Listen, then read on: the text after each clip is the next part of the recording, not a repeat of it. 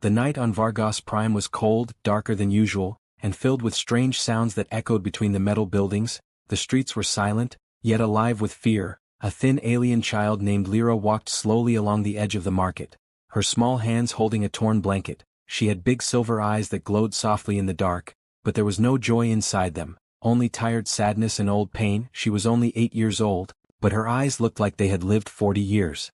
Already?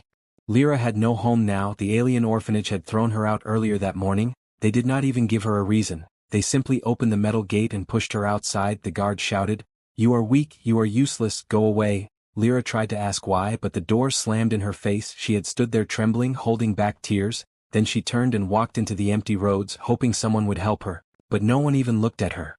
The people of this planet did not like children like Lyra. They said she was too different.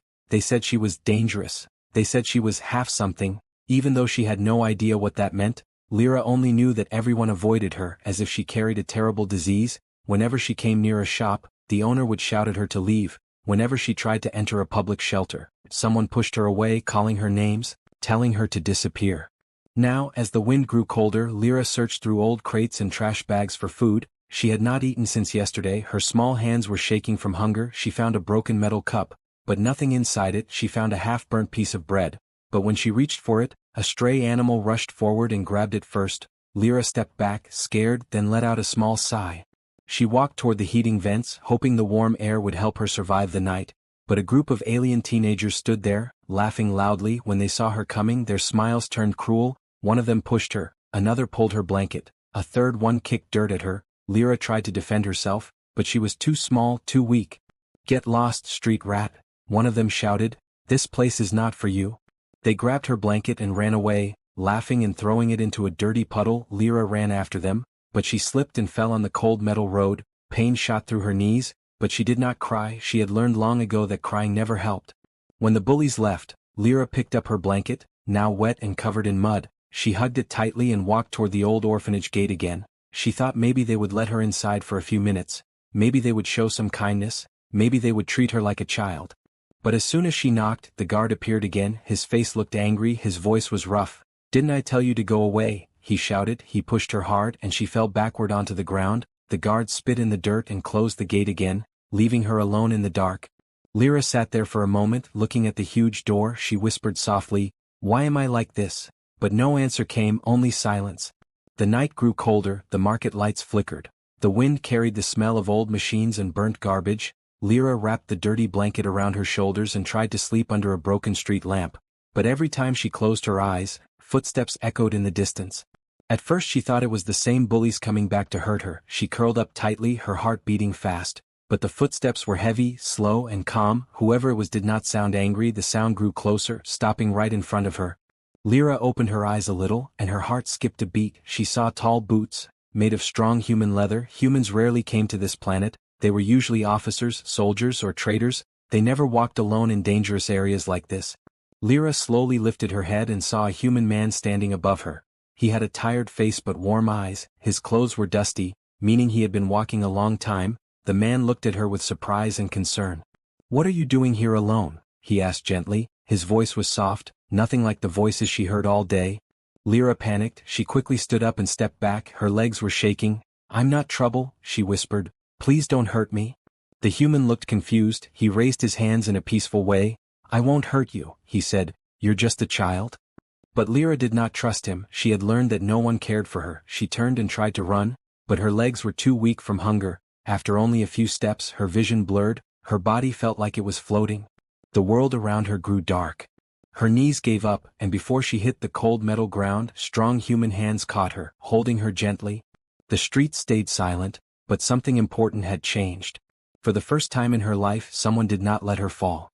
Lyra woke up slowly, her eyes heavy like she had been sleeping for years. She felt something soft under her head, not the cold metal ground. For a moment she panicked, thinking someone had taken her away, but then she heard a gentle voice saying, "Easy, you're safe."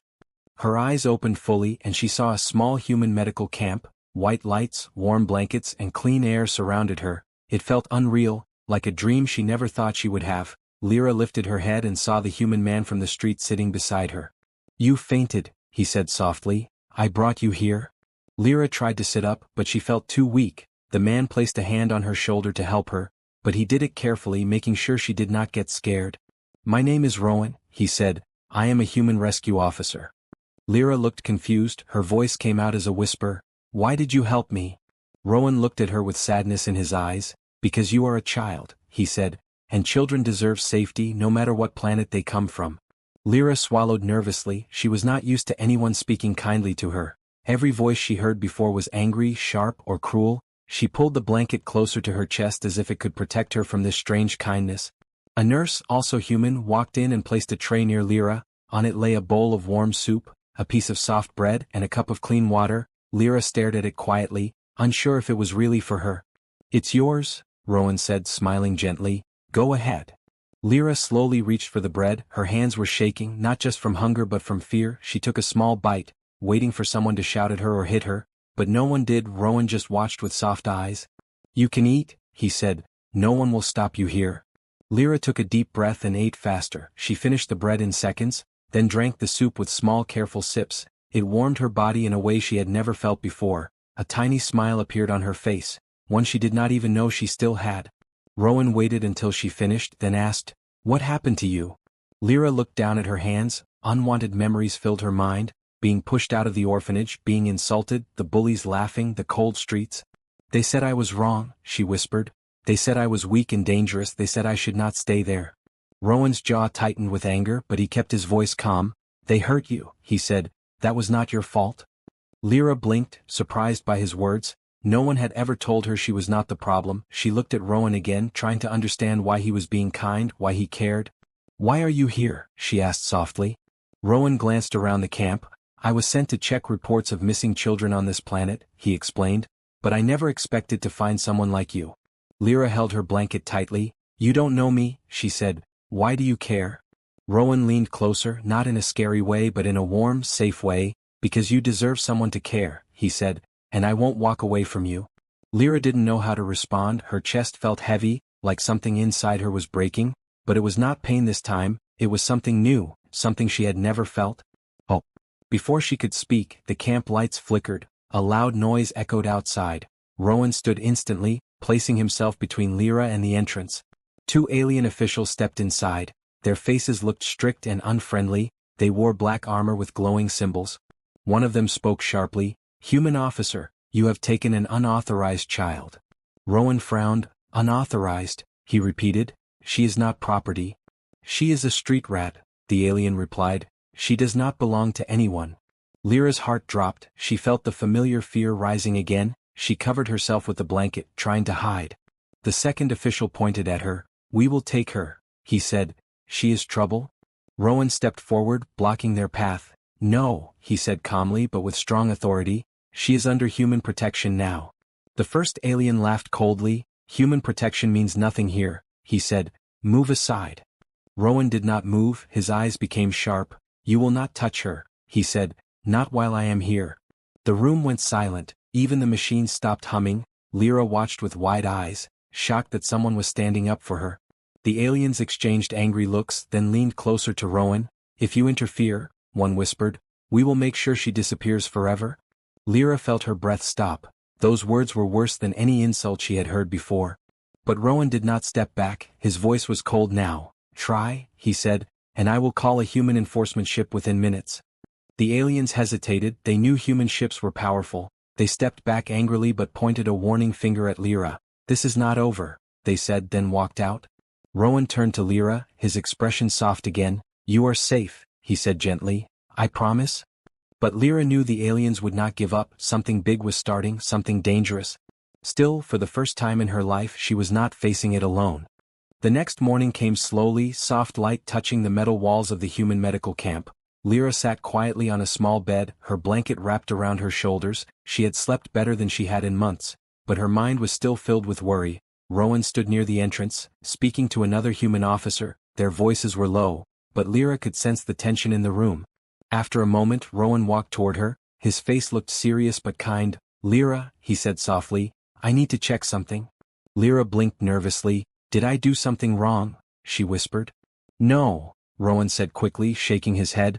"You didn't do anything wrong." He knelt beside her. "But I want to understand why the orphanage threw you out." Lyra lowered her eyes. They said I was dangerous, she whispered. They said I was wrong? Rowan frowned. That sounds like a lie, he said. I want to hear their side, but I promise I won't let them take you.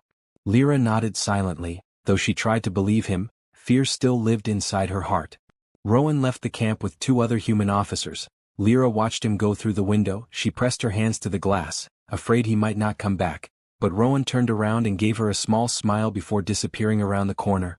Time passed slowly. Lyra sat on the bed, swinging her feet nervously. She kept looking at the entrance, scared that the alien officials might return. The human nurse tried to comfort her, giving her warm tea and a soft pillow, but Lyra's heart stayed heavy.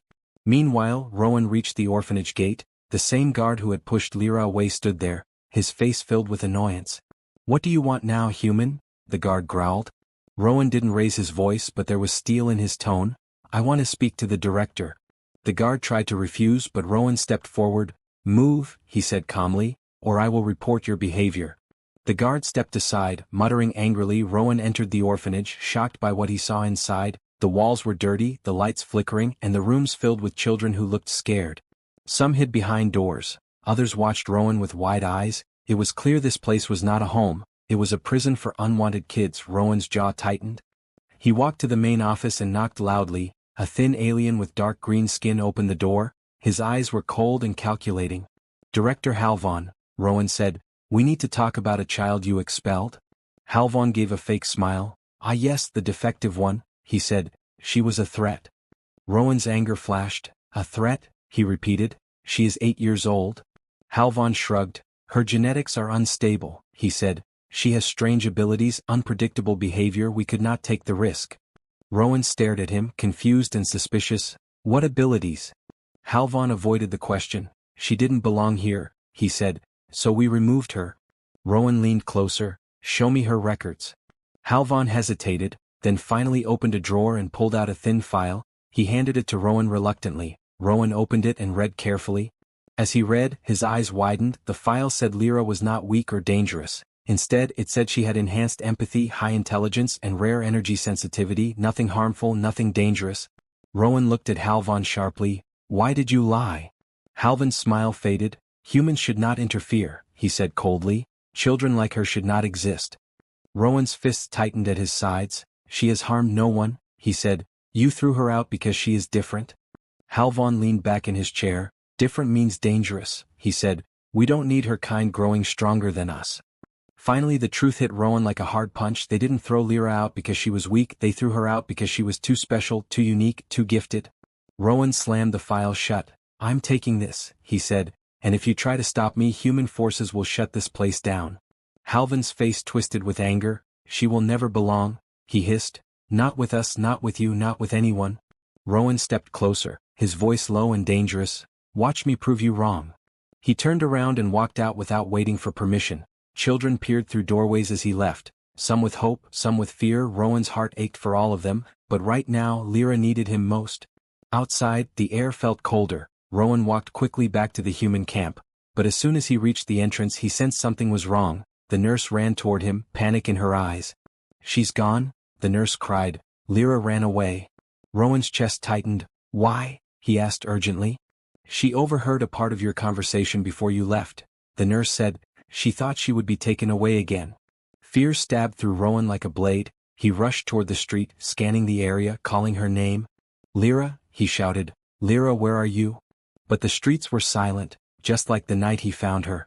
Lyra was alone again, running through the cold world that had rejected her. And Rowan knew this planet was full of danger. He couldn't lose her. Not now. Not ever. Cold wind rushed through the empty streets as Lyra ran barefoot across the metal ground. Her breathing was fast, her heart beating painfully inside her small chest. She did not know where she was going. She only knew she had to escape before someone tried to take her again. The world around her looked blurry, not because of darkness but because her eyes were full of tears she could no longer hold back. Rowan's voice echoed far behind her, calling her name again and again, but the fear in her heart was stronger than his voice, stronger than his promise, stronger than the hope she had felt for the first time in her life.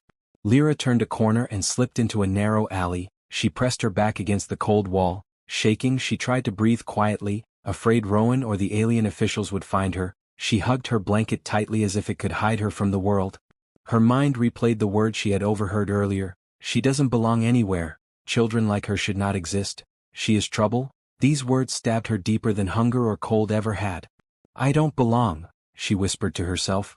I don't belong anywhere. She wiped her tears with the back of her hand and continued walking deeper into the city. The lights grew dimmer, the air filled with smoke and the smell of rotten food.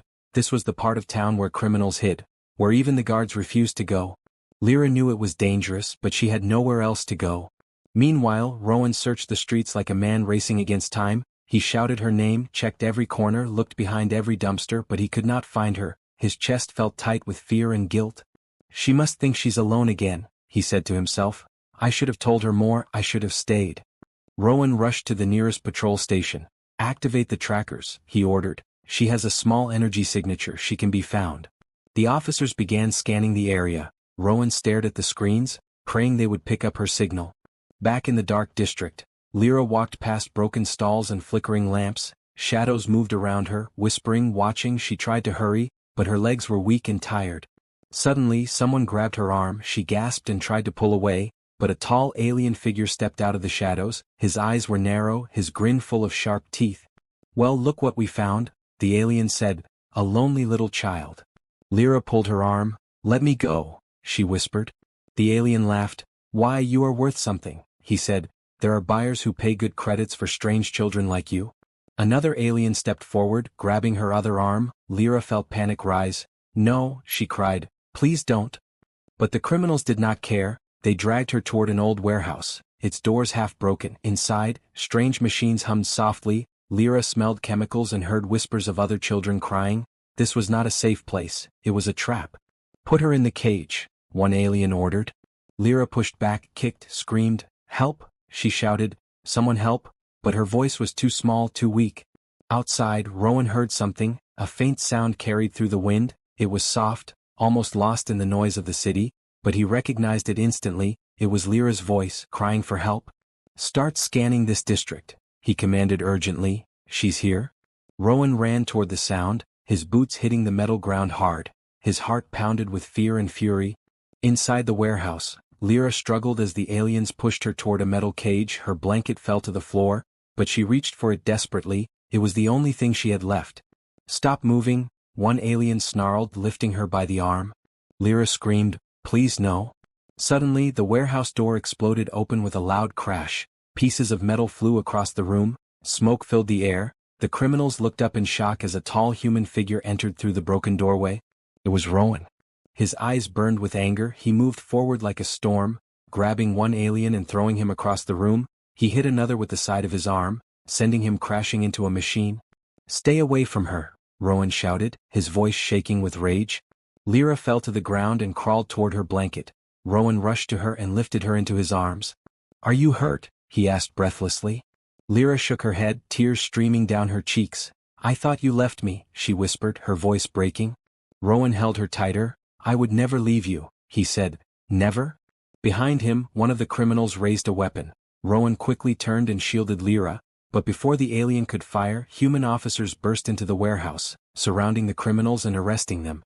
Rowan carried Lyra out of the building, away from the darkness, away from the danger. Outside, cold air hit her face, but she felt warm in Rowan's arms. She buried her face in his shoulder, whispering, Please don't let me go. Rowan held her close. I won't, he said softly. You're safe now. But even as he spoke, he knew something bigger was coming. The aliens would not stop, the officials would try again. Rowan looked at the sky, at the stars hidden behind the city lights. He knew what he had to do. He had to get Lyra off this planet. He had to protect her at any cost. He had to become more than a rescuer. He had to become her family. The human rescue ships arrived at dawn, their engines humming softly as they landed near the old marketplace. Bright white lights touched the dark corners of the city, pushing away the shadows that had haunted Lyra for so long. Rowan carried her toward the ship, his arms steady and warm. Lyra held onto him tightly, afraid that if she let go for even a second, everything would disappear. Human officers formed a protective circle around them as they walked, their faces serious, their weapons ready. They knew the alien officials might try to interfere again. Lyra kept looking around, expecting someone to jump out and drag her back into the darkness. But Rowan held her closer and whispered, You're safe now. Inside the rescue ship, the air was clean and warm, soft lights glowed along the walls. Lyra had never seen anything so bright and peaceful. She sat on a medical bed, holding her blanket, and watched Rowan speak with the human captain. "She needs protection," Rowan said firmly. "The authorities here want to erase her." The captain nodded, frowning. "We can take her to the human station, but adoption is a serious request," he said. "Are you sure?" Rowan didn't hesitate even for a heartbeat. "I am," he said. "She deserves a home." Lyra heard the words but didn't understand them fully. She tilted her head, staring at Rowan with wide, confused eyes. When he returned to her side, she asked softly, "What is adoption?" Rowan sat beside her and gently took her hand. "It means choosing a family," he said. "It means I take responsibility for you, I protect you, I care for you, and I stay with you." Lyra blinked, stunned. "You would do that for me?" she whispered. Rowan smiled. "Of course," he said. "You're brave, strong, and kind. You deserve to be loved." Lyra felt her chest tighten, a warm, heavy feeling she had never experienced before. She lowered her head, scared to hope. "What if I'm not good?" she whispered. "What if I'm wrong like they said?" Rowan gently lifted her chin so she would look at him. "They lied," he said. "You are not wrong, you are not dangerous, you are special." For a moment, Lyra could not speak. Tears welled in her eyes, but for once they were not tears of fear, they were tears of something gentle, something she almost did not recognize. Happiness. Suddenly the ship shook slightly as a loud alarm echoed through the cabin. Rowan stood up quickly. The officers rushed to their stations. The captain shouted, "Alien officials approaching." Lyra's heart froze. "They came for me," she whispered, gripping Rowan's sleeve. Rowan knelt in front of her again. "Listen to me," he said calmly. "They will not take you, not while I breathe." The ship's cameras showed the alien officials gathering outside, their faces full of anger and desperation. They shouted demands, insisting the child be handed over. They claimed she was dangerous, unstable, a threat. Rowan stepped toward the exit ramp with a group of human soldiers behind him. He spoke through the speakers, his voice strong and unshakable. "You abandoned her," Rowan said. "You tried to destroy her life. You have no right to claim her now." Hal Vaughn, the orphanage director, stepped forward, his eyes burning with frustration. "She doesn't belong to you," he shouted. "She belongs to no one." Rowan clenched his fists. "You're wrong," he said. "She belongs somewhere safe, somewhere kind, and that place is with us." The aliens tried to push forward, but the human soldiers raised their weapons, and the rescue ship activated its force shields. A wave of energy pulsed outward, pushing the aliens back. The officials cursed and retreated, realizing they could not win against a human rescue ship. The moment their forces pulled away, the ship engines roared to life. Lyra sat on the bed, trembling, watching the planet grow smaller through the window. She had never left the ground before, never seen the stars this close. The dark sky slowly turned into a beautiful ocean of bright lights. Rowan sat beside her and placed a warm hand on her back. "Look," he said softly, "that is your future?" Lyra leaned against him, her silver eyes reflecting the stars. "Are we really leaving?" she asked, still unable to believe it. "Yes," Rowan whispered. "We're going home." "Home," Lyra repeated the word quietly, letting it settle in her heart. The ship flew smoothly through space, leaving behind the planet that had rejected her. For the first time, Lyra felt no fear of the future, only curiosity and hope. A few hours later, the ship reached the human space station. Bright and welcoming, children laughed in the halls, families walked together, warmth filled every corner. Lyra felt like she had stepped into a different universe.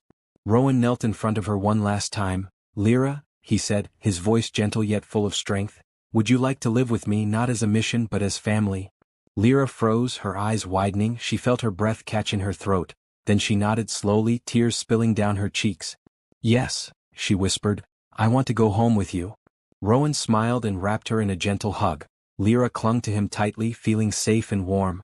She was no longer a child waiting for someone to choose her. She was a child finally chosen. Chosen by courage. Chosen by love. And as the stars shined outside the window, Lyra knew she had found something she once believed impossible. A real family.